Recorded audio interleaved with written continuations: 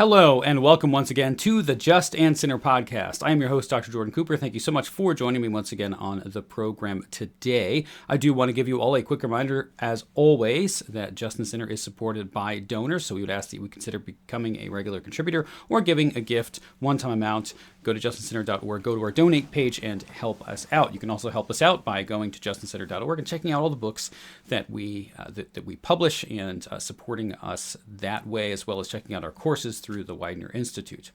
And we always do try to keep our costs in our books as low as possible because our goal is always to get accessible theology to you at either for free on here or at an affordable price. And all of that means that we do need support in order to fund our operations. Okay, we today are going to be talking about some ecumenical dialogues, and I do a lot on this channel with polemics in terms of Roman Catholic issues, and largely that's just because that people ask me those questions. People want me to respond to videos or respond to a variety of different claims. But my interest has never solely been in the area of polemics. I'm really interested in ecumenical dialogue. I've always been one who's more interested in, dialogue than debate. I'm not interested in dialogue that ignores what are real differences between various Christian traditions, but I am interested in dialogue that tries to find what are those genuine differences and tries to address and answer questions like, do we really disagree on this issue, or is this more of a terminological disagreement? Have ideas developed, especially in Rome, as there have been a lot of developments and debates certainly since the Reformation, and I think we are wrong to think that Rome is exactly the same as it was in the 16th century. So we've got those kinds of questions, and these dialogues are ones that I'm just really interested in as long as they're honest ones. I think it's essential that we do seek for unity in the church. Jesus does pray for the unity of the church. Now, I don't think that unity comes at the expense of doctrine. I don't think it comes in the sense of simply ignoring what are real significant dogmatic differences. However, that is the goal. The ultimate goal of the church should be unity. Now, that doesn't mean unity in compromise, but it does mean that is ultimately what we should want. Therefore, these things are really essential for Christians across various traditions to be in constant dialogue with one another, challenging one another, debating one another on various issues. And so I'm going to be dealing with some Roman Catholic Lutheran dialogues. These dialogues happened immediately following the Second Vatican Council. Now, the Second Vatican Council had a call for ecumenical work among Roman Catholics. And this call then culminated in a series of dialogues between Rome and other churches. But this was the original first fruit of that, was these dialogues in the 1960s between Lutherans and Roman Catholics. Now, there are more recent dialogues as well. These things are ongoing. There are some recent dialogues between representatives of the ILC, which is the broader Lutheran body that my own church body, the ALC, is a part of, and between them and the Pontifical Council promoting Christian unity from Rome. And so that was a 5-year process, and there are some things going on in the future with that as well. So these things are ongoing. It's not like this is stopped, and this is not some kind of final statement. But one of the things that I really want to do when delving into this is to ask the question, what does Rome actually think about us, Lutherans? Because there's a perception of what Rome actually thinks that one gets from polemics on the internet that is quite different from teachers in the church, from cardinals in the church, from those who have been engaged in these kinds of discussions. And we're talking about popes here as well. Who have been engaged in these kinds of questions and issues, including things that Francis himself has said regarding these Lutheran Roman Catholic dialogues. So that's not an area that he's particularly well, I think, learned in. I think Benedict XVI is one who was actually deeply engaged in those issues, largely because he's German and had a lot of Lutheran friends and even preached at a Lutheran church. So when you look at the official teachings of the church, by official, I don't mean clear magisterial statements necessarily, though Vatican II lays the groundwork for all of this. So a lot of this does come from Vatican II.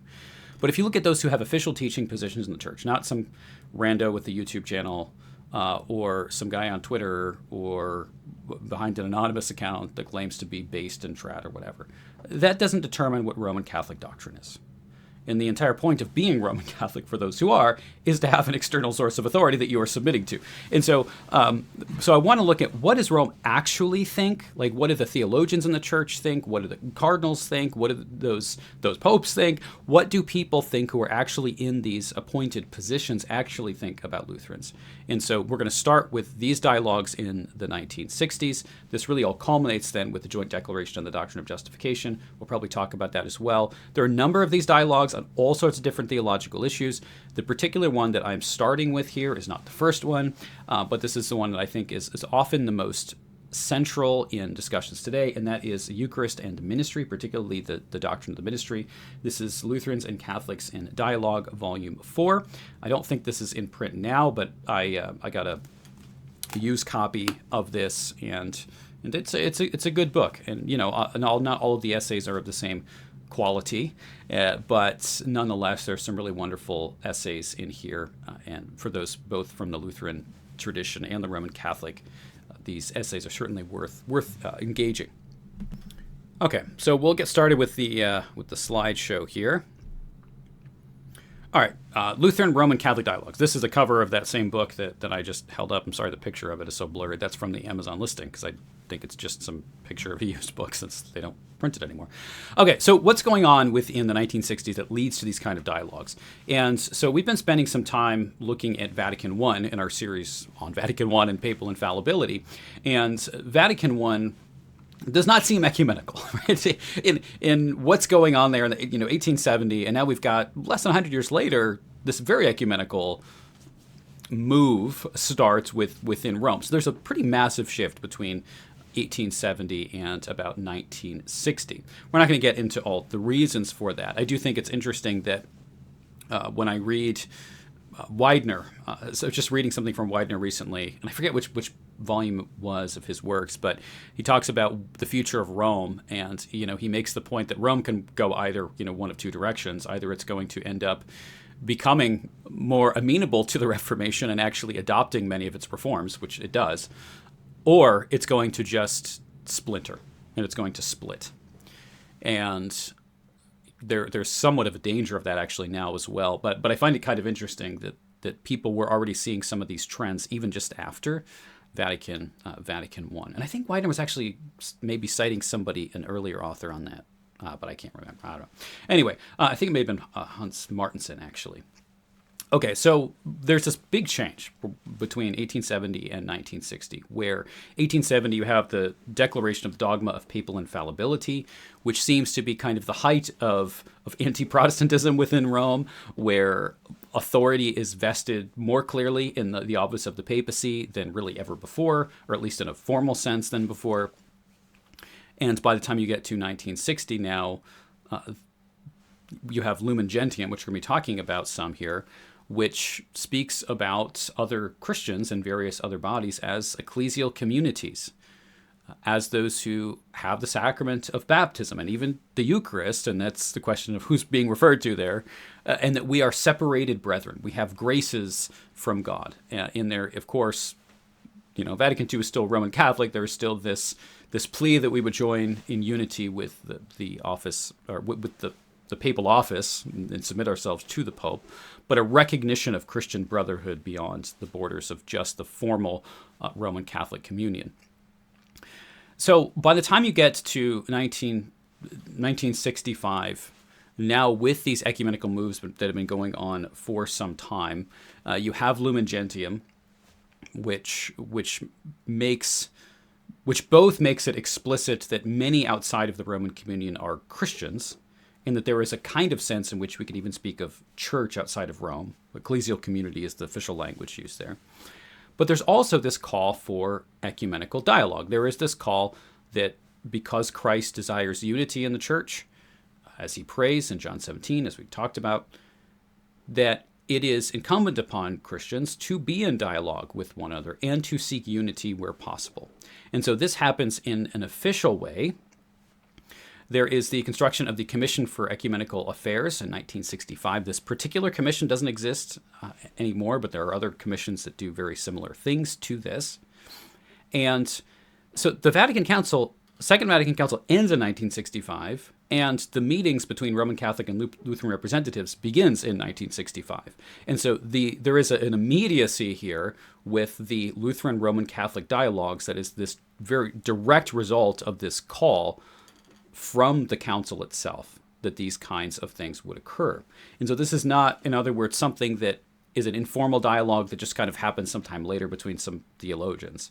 This is a direct response to the actual calls of the council itself through the creation of this particular commission that was put together for this purpose.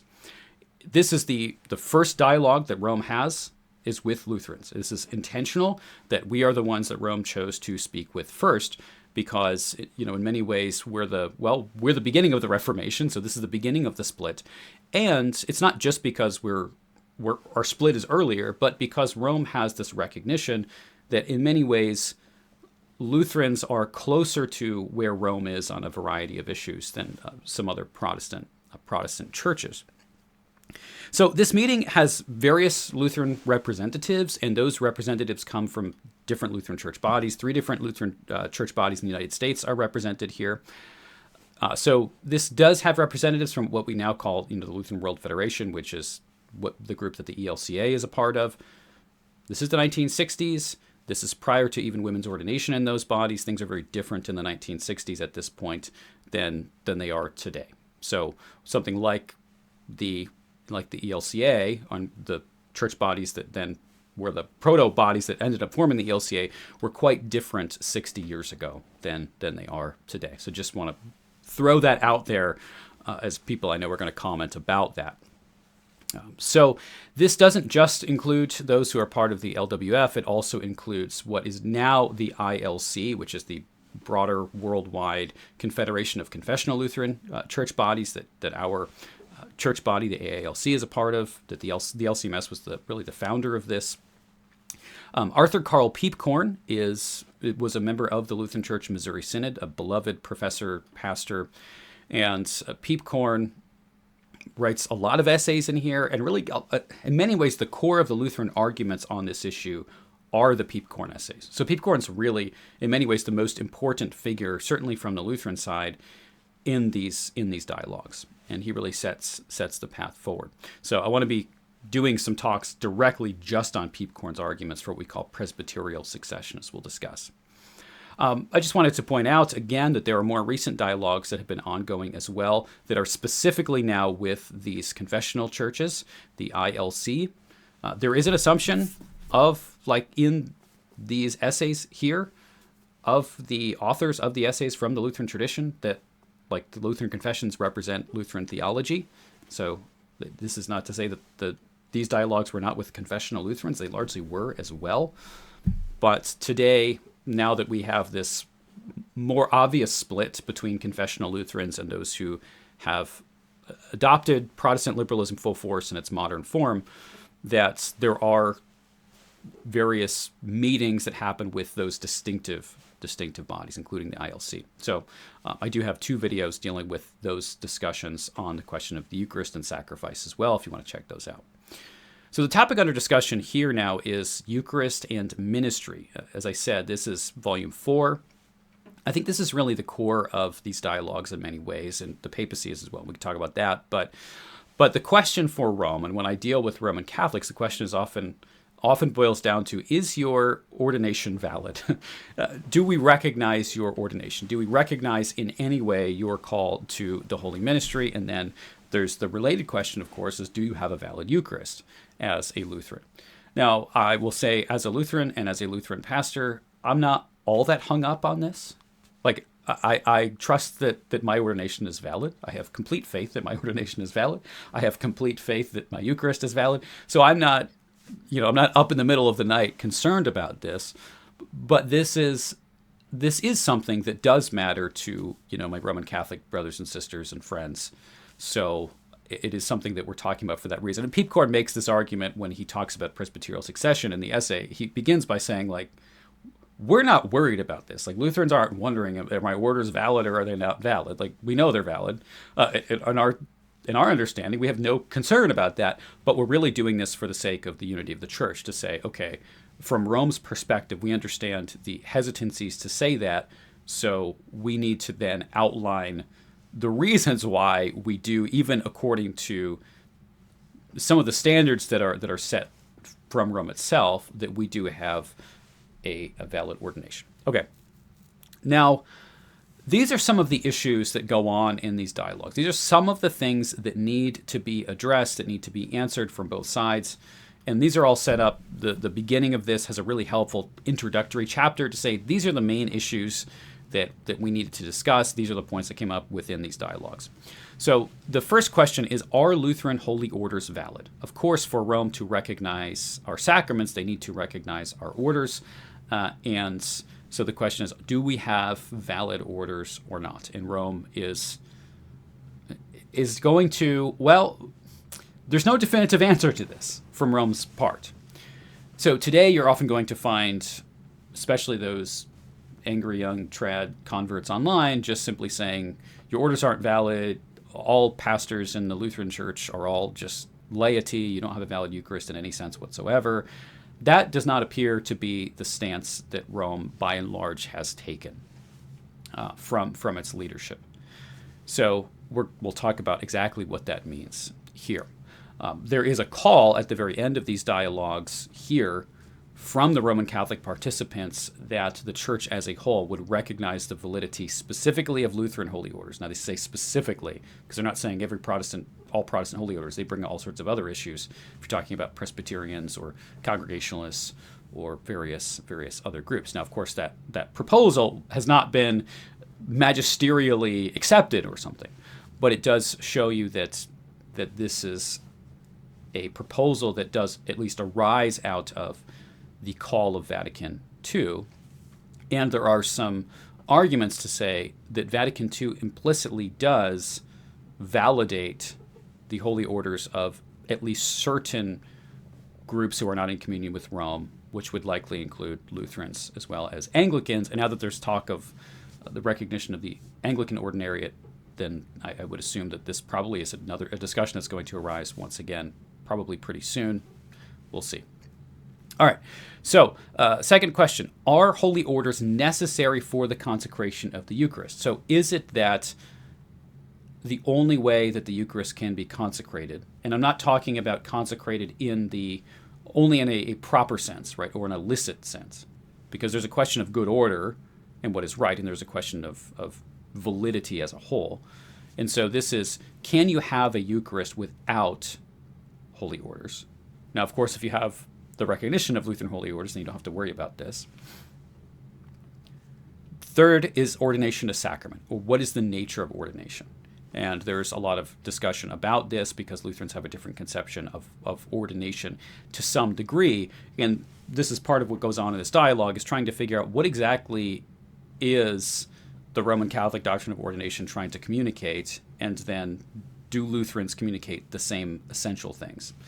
There's then a question of, is there an essential distinction between a presbyter and a bishop, or is this a functional distinction?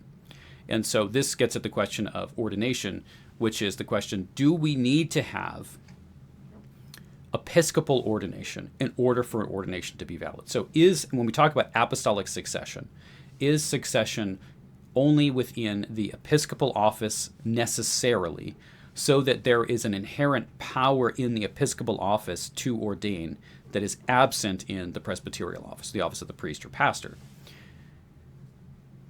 Now, as we're going to see, there are different answers to this question, even within Rome itself. And so one answer would say that this is really a functional distinction. It's not an essential distinction, such that there's no power the bishop has that the pastor doesn't have. This is simply an act of delegation and discipline and order. Then we have the related question, is presbyterial succession valid? So is it valid to have a succession by means of pastors ordaining other pastors, laying out of hands? It doesn't just go through the episcopate, but from pastor to pastor. And as Piepkorn is going to show in his essay on this issue, there are plenty of instances within history of ordinations from priest to priest without the presence of a bishop that have been validated by Rome at various points. Now, there's the question then of, okay, well, exceptional circumstance versus normative circumstance, but we'll get into the specifics there. But the argument that Piepkorn is going to make is, well, if you're looking for a succession, we do have it because there is no essential difference between priest and bishop. There is simply a functional and organizational difference. Question of indelible character, and so Rome uses this phrase when it's talking about ordination, that there is the giving or granting of an indelible character to the priest, that there is something kind of ontological or metaphysical happening when the priest is ordained. And Lutherans have never used that kind of language at all. But then we have a question that arises in this dialogue of what exactly do we mean by indelible character, and are there ways in which the Lutherans really do confess the essence of what we're trying to get at with this language of indelible character, even if perhaps we don't use the same categories exactly to speak about it? Another question is, what does it mean for the church to be apostolic? And so we confess that there's one Holy Catholic and Apostolic Church. And there is one reading of the Roman Catholic perspective on apostolicity, which says that to be apostolic is to have apostolic succession. And so the nature of the apostolic church is really to have episcopal succession that derives directly from the apostles. There are all sorts of other definitions of what apostolic means. Lutherans tend to focus on apostolic teaching being really the core of what it means to be apostolic. And so there's a lot of dialogue around that question. What does it mean to be apostolic? Vatican II pretty clearly defines apostolic in a much broader sense than you see in some of those kind of Tridentine era sources, which seem to limit the apostolic nature of the church to its to that function of episcopal succession, where Vatican II pretty clearly aligns being apostolic with a number of other things as well, so that this gives room then for the church to be able to say, well, at least even if there's no recognition of the succession of ordination, there is also in another sense a recognition of the apostolicity of some of these ecclesial bodies, as they call it. Then there is the question of, well, how did the early church view succession? What exactly was apostolic succession in the early church? What was the core of that? What was the meaning of that? How did that function? And we'll get into some of that as well. There's some really good essays on that particular question that I've actually wanted to get into for a long time and just haven't done.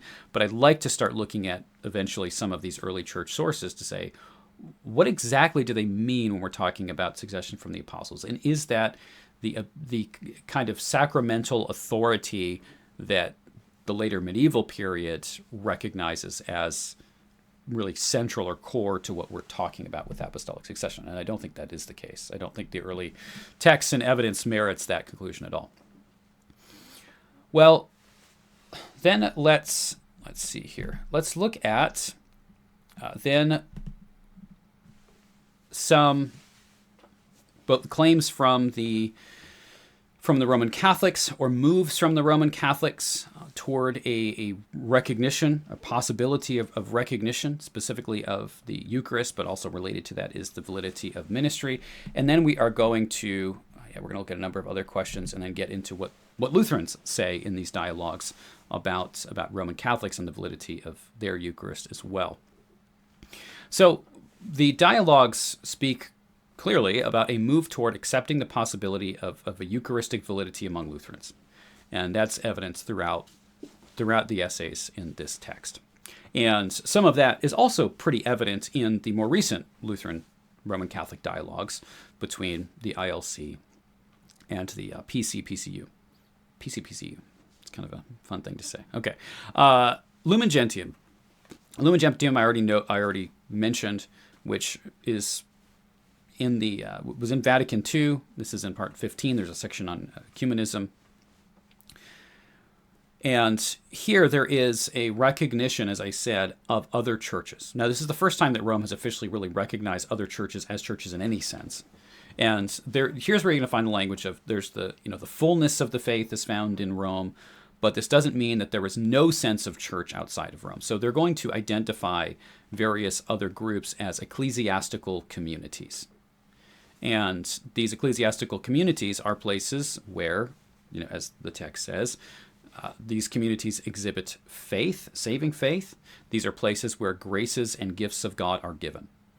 And so there is some grace, there is some gift of God, there is salvation that is given even in these non-Roman Catholic ecclesial bodies. It's interesting to note that Lumen Gentium mentions here a sharing in baptism.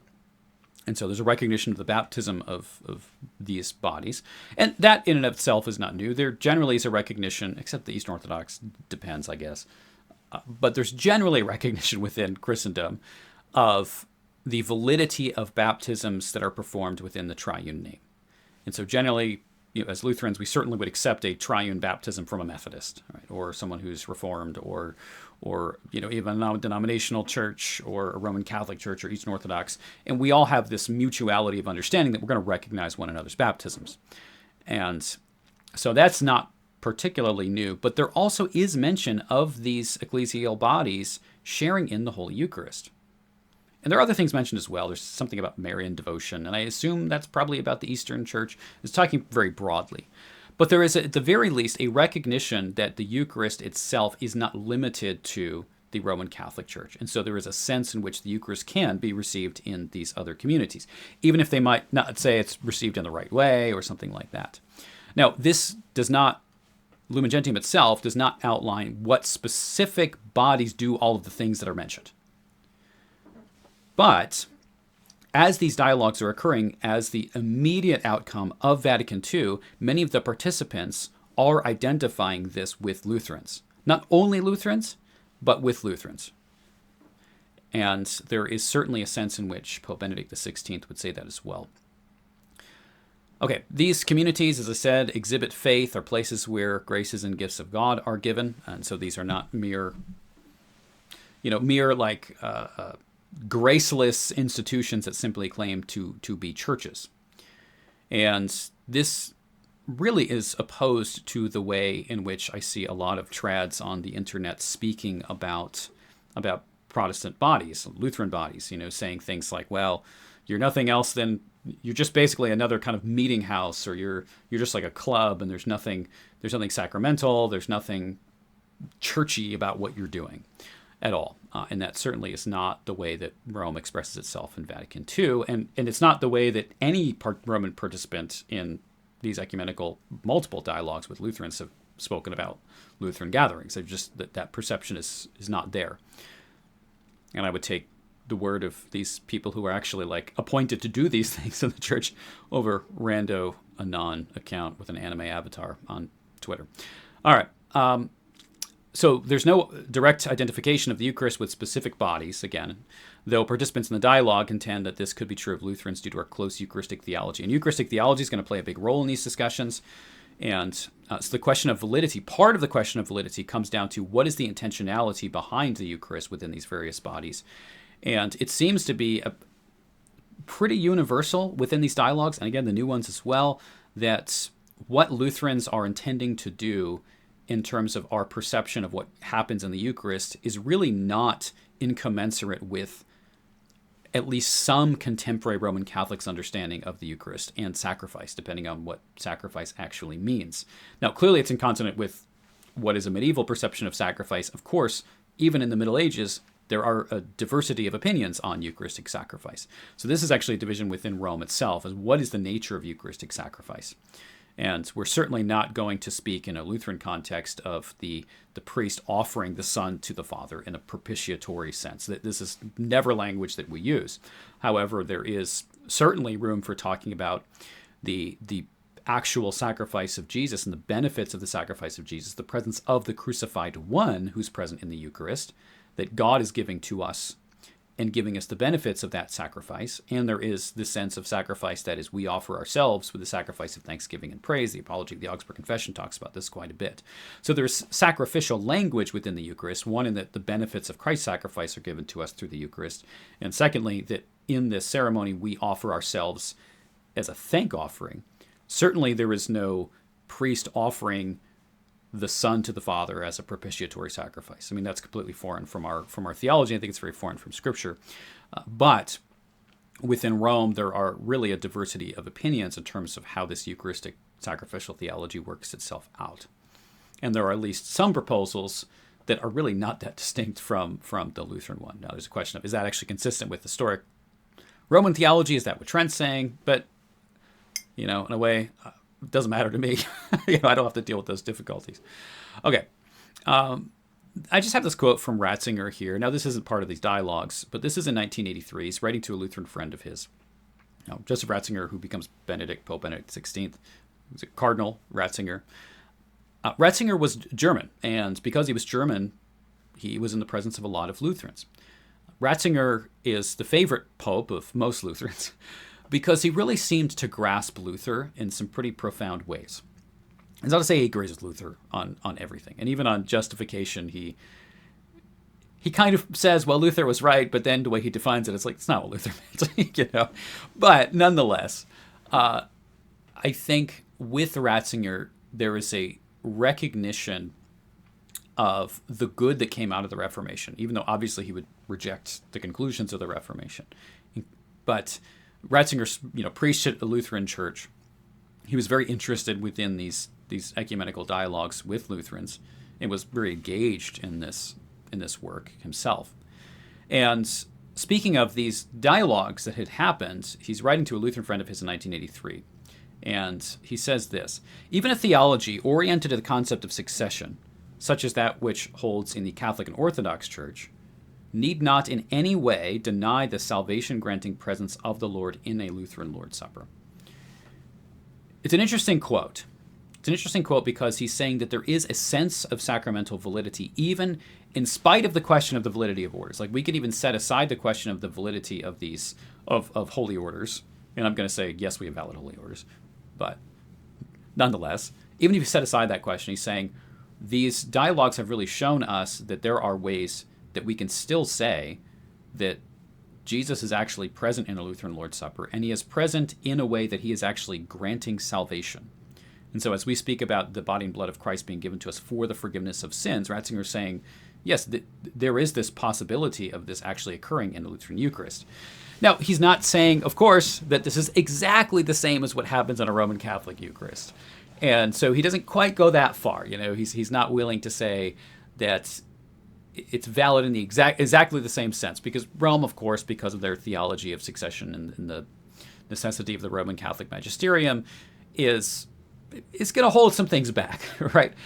But what Ratzinger is saying here, honestly, he's giving more to Lutherans in the Lord's Supper than I would give to a Calvinist in the Lord's Supper, and Lutherans in general would give to Calvinists in the Lord's Supper.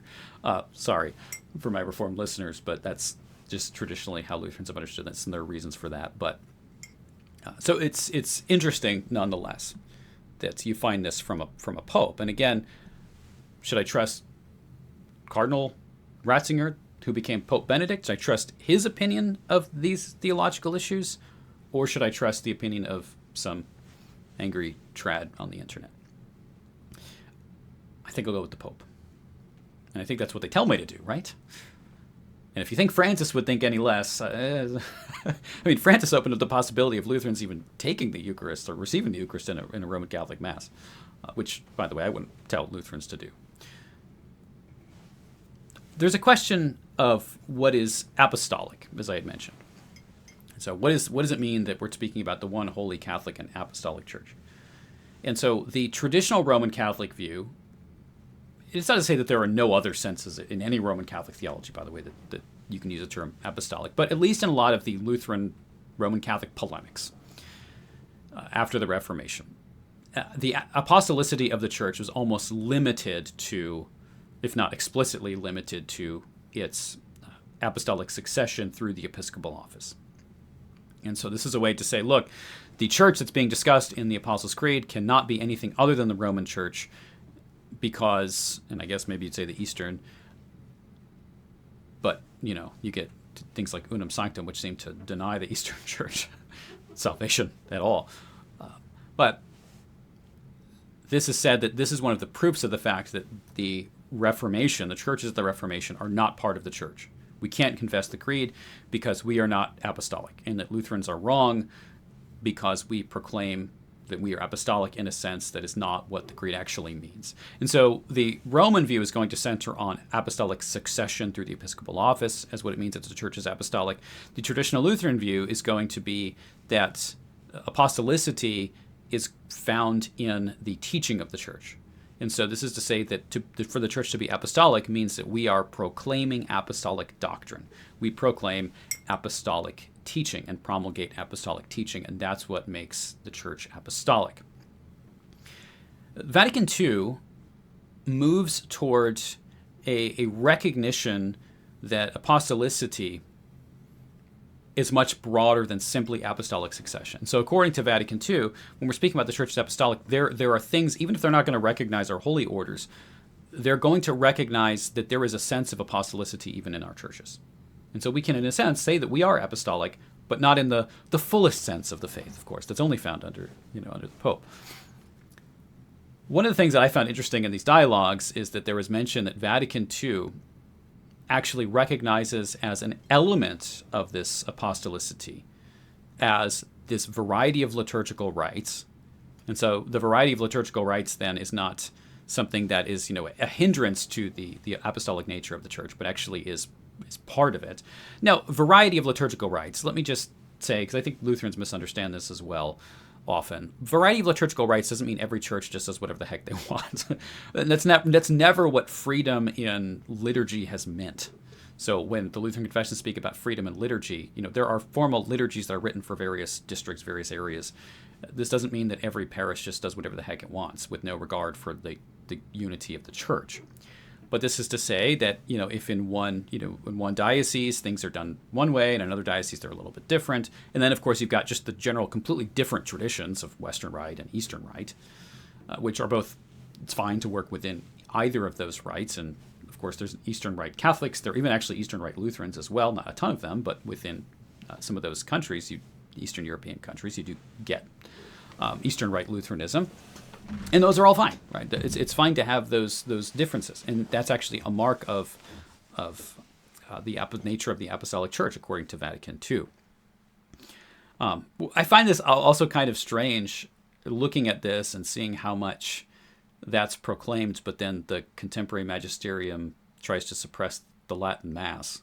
If you really believed in the variety of liturgical rites as part of apostolicity, why would you not have allowance for, I don't know, like the oldest and most rooted liturgical rite in the Latin Mass? It's very odd. I don't really understand.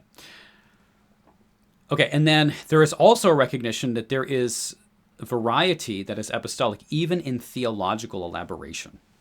And that's interesting, because that kind of opens up the door to say that there is even a sense in which perhaps there are elements of apostolic teaching or doctrine that shine forth more in this or that part of the church, which is some of the participants are recognizing that perhaps Lutherans do have a sense of, theological elaboration. We have a focus on grace, maybe that they can aid the whole church, including Rome. Okay. Now, the last point I have on this slide here is that the dialogue concludes that the earliest patristic sources are concerned much more with doctrinal succession than sacramental validity by means of succession. And I think this is what you find in just looking at the sources themselves. It's something that I started to recognize when I looked into this issue back in college, and I was reading a lot of the church fathers at the time, and I was listening to Roman Catholic claims. I was discerning where I wanted to go. I was never compelled by Roman Catholic claims. But as I was reading the fathers, I was hearing about the nature of apostolic succession from Roman Catholics, and when I read the fathers, especially Irenaeus and others, I didn't see what I had expected to see if Rome was right. And so I figured, okay, if Rome was right, when I look at these early sources, they're going to talk all about apostolic succession as really the granting of sacramental validity so that you have a valid Eucharist, and that you have the ability through this granting of an indelible character, whatever the heck language you want to use, to have sacramental authority. And what I found repeatedly was that within those earliest sources, it really is pretty much exclusively about passing down teaching and not really about sacramental validity. I don't really see that at all in the earliest sources. And further, when you look at this in the context of the ancient world and look at various philosophical schools, people like Irenaeus are actually making the same arguments that many of the Middle Platonists would have made, and Neoplatonists later would have made as well, that there is a direct line of teachers that extends all the way from Plato to whoever the teacher may have been within the Roman world. And what this does is it gives validity to the teaching to say, well, I'm in a line of teaching with Plato. And so I know because this teacher passed it down to this teacher, passed it down to this teacher, and there is this line that you can trace of pure philosophical Platonic teaching that actually began with Plato. And so it seems that the early Christians are using exactly that same way of reasoning. And when they're using that method of reasoning, someone like Irenaeus can do it very well, because much better than Plato, he can say, I'm like 2 generations divorced from the apostles. It's like, the Gnostics are claiming there are these secret apostolic teachings all over the place. And Irenaeus is saying, okay, well, you talk about these secret apostolic teachings, but like I was actually taught by a guy who was taught by John. I'm like 1 generation removed from the apostles themselves. And so I know what the apostolic tradition was, and it's not what these Gnostics are saying. So that argument works pretty well, as you see there. But it doesn't really fit in exactly the same context that Rome tends to place apostolic succession in. I think there's a really different concern that's being discussed there. And I think that it is that idea of this line of teaching that you find among the philosophers that then leads to these constructions of lineages of like bishops of Rome or other bishops. Because most scholars probably don't believe that every philosopher, Platonic philosopher in Rome that claimed to be in a line of succession from Plato, actually, when they give a list, because they give a list of names to prove it, that they're actually telling the truth. Right? You have multiple lists, and the same is true of Rome as well. So there's incentive to create this kind of connectivity within the broader Roman world. It doesn't just kind of come out of nowhere. And it doesn't, again, I don't think it appears to be sacramental. So this isn't, when I say that the dialogue concludes this, what I'm not saying is that all the Roman Catholic participants are going to say, therefore there is no sense in which apostolic succession here in the patristic sources means a succession in terms of ordination through the episcopal office. But there is a recognition that that's not the center of what it means in the earliest sources. The earliest sources really are more talking about passing on doctrine than they are the question of sacramental validity. So how do Lutherans view Rome in these dialogues? And this is a continual question of how do Lutherans view the Roman Catholic Church? A question that I think Lutherans themselves like to debate about and do. And there are certainly some that would claim that people like myself are way too soft on Rome and want to kind of revive the same polemics that occurred in the 16th century in the 21st. I don't think Rome is static at all. I think that Rome changes very regularly, and I think Rome is very different than it was in the 16th century. I think many of those changes have been good. I don't think all of those changes have been good. And one of the reasons I'm not Roman Catholic is because of the variance. And that's really the primary reason, is because I'm not convinced that Rome is this consistent body that it claims to be, because when I do look at these dialogues and I look at developments of what Eucharistic sacrifice is in these dialogues, I'm like, that's pretty good. I like that. But then I go back and read Trent and I read Bellarmine, and I'm like, that's not the same at all. And so that, on the one hand, both convinces me that Rome is not to be condemned in the way that it was by the 16th century reformers today. And I think that it has plenty of issues, but often they're different issues, which means the polemics then change. But then I'm also happy for the change as well. So I don't think that we need to always be stuck in these 16th century polemics. I don't think we need to assume that everything is just the same as it was 500 years ago. It wasn't the goal of the reformers that Rome would reform. Isn't that the hope? Isn't that what we're working toward? I mean, the whole point of the Reformation was not to start a new church, but to reform the church. And Rome has adopted many of the reforms of the reformers. It just, in terms of focus on the study of the Bible, lay scripture reading, having the Mass in the language of the people, very clearly Reformation influence. though I know the trads don't necessarily like that. And I understand why. I actually don't tend to like nearly any of the liturgical reforms of Vatican II because we started adopting them too, and I don't really like them. But I do think that at least having the availability of the Mass in the language of the people was a very good move. I also think that can be done without the Mass moving towards something that is so informal as has tended to happen in Novus Ordo Masses, though there are plenty of reverent Novus Ordo Masses. Of course, I'm not thinking in that context. I think in a Lutheran context, but we did start to adopt some of the liturgical postures and changes then, which I think do not display reverence in the same way that our liturgy did historically. But, okay, nonetheless. Let's move on to actually answering the question here. That was a bit of a tangent here, but I feel like one that I have to go on because I know that I'm going to get comments on this saying you're being too soft, you're inconsistent with Lutheran reformers, and I'm not calling for communion fellowship with Rome, at all. Okay, to be clear. So I'm not going back on any of my polemical comments or arguments that I've made, but I do think it's also very important to have these discussions and figure out where do we agree, where have things changed, where do we disagree. It's all good and collegial and necessary work for the church to do. So how do Lutherans view Rome? Well, there is a section in this book that outlines this, and a lot of this does come from the confessions themselves. And so as harsh as the confessions are about Rome, the confessions do consistently use language that do recognize Rome as a church, not as a completely false church. And yeah, there are statements of Luther that say otherwise, at times, but then Luther overstates his case a lot and says clearly other things at other points.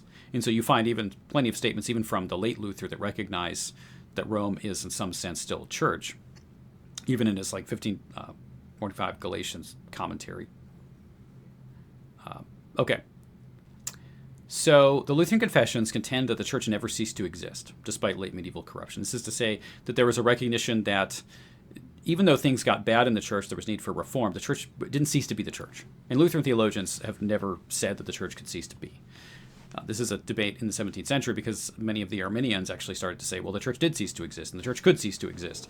And the Lutherans have always said, no, that's not a possibility. The Reformed have also said that as well, though they frame it a little bit differently. And so there's a recognition that even when there's all this corruption in the medieval church, it's still the church. But it's a church with some serious and deep theological and practical errors that need to be reformed. Of course, one could also make the argument that, well, that was true until Trent, and Trent anathematized the gospel, which I know is what the argument people are going to make. Okay, Lutherans recognize the importance of the ecumenical creeds recited and believed in Rome. This is to say, we share this common faith in the ecumenical creeds. There was a reason why we talk about the ecumenical creeds. There was a reason why we don't place the Formula of Concord on the same level as the ecumenical creeds, though we adhere to them. Lutherans recognize the presence of the saving gospel in the liturgy, scripture, and collects of the church. So there was always this recognition that even in spite of the theological errors that occurred, the church still had the liturgy, and the church still had scripture, and the church still had the historic collects. And because of all of this, the gospel is present all over the place there. So even if there are formal theological errors that really distort the gospel, there is still the gospel that is present underneath that in the form of the liturgy and of the scripture. Something that Chemnitz talks about in his examination of the Council of Trent, if you read his section on justification, where he speaks about the medieval church and the question of, did anyone in the medieval church actually teach the Reformation doctrine of justification? Now, there are certainly places you can point. But Chemnitz makes the argument that even where the formal theological claims are inconsistent with the doctrine of justification by faith, when you look at the actual prayers and spiritual life of the great saints, that spiritual life manifests the truth of justification by grace through faith. Even if maybe in terms of formal theological construction, it's not present, or at least not explicit, or not laid out as clearly as we may want it to be.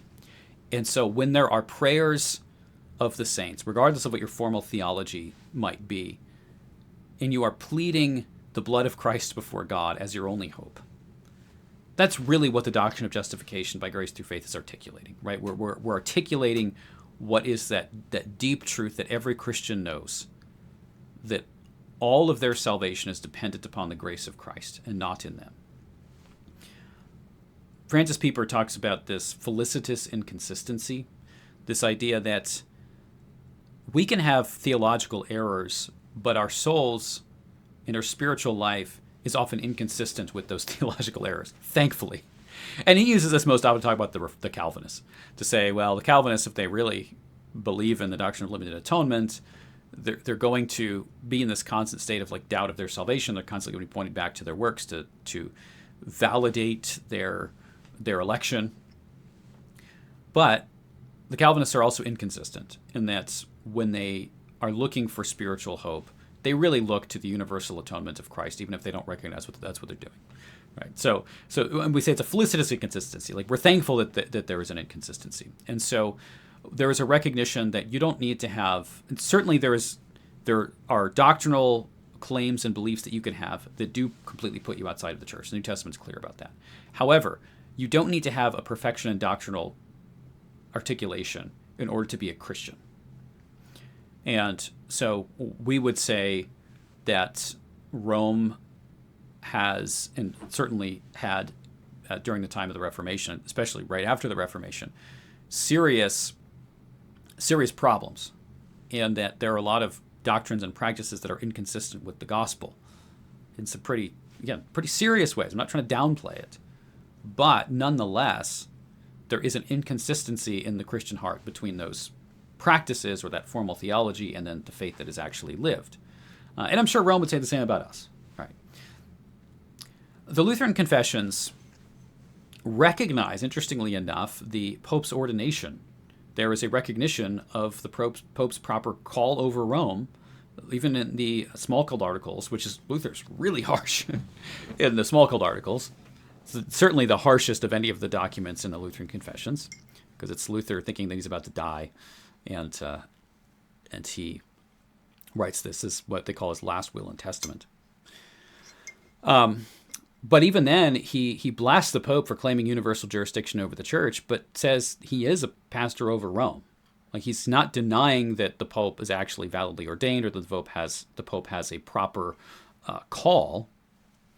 And the argument is going to be that there is a proper call over a particular church, and by human right, their church can structure itself in such a way that some pastors are elevated as bishops, and then some bishops are elevated as archbishops, and so you can have something like the head of a church body. We have various in our Lutheran churches. We don't have one worldwide Lutheran church. We have this, as I said, worldwide fellowship of churches, but we have different. We have different bishops, basically, and we use different terms. Right? Our bishop is called a presiding pastor. In the LCMS, it's like synodical president, district president. They're all bishops in different forms. Lutherans, since the Reformation, when they had superintendents, have always had this practice of just having bishops and not calling them bishops for some weird reason, which I think is just kind of silly, but, but whatever. But there's a recognition, like, yes, you can have one pastor that's over others. You can have one bishop that is over other bishops, but that's an element of human right. That's a very different thing than saying that God has told me, someone who's in the office of the Pope, that I have exclusive divine right of authority over the entirety of the church. Right? We've got Pope Pius IX during Vatican I at one point saying, I am the Pope. Or the church, sorry. He is the Pope, but I am the church. The church is just wherever the Pope is. And you get this extreme papalism that is so opposed to the nature of the church that is taught in Scripture. I don't know how on earth you'd get this from the text. But that doesn't mean that the Bishop of Rome is not validly the Bishop of Rome. But he's not by divine right the head of the entire church, such that where the Pope is, the church is.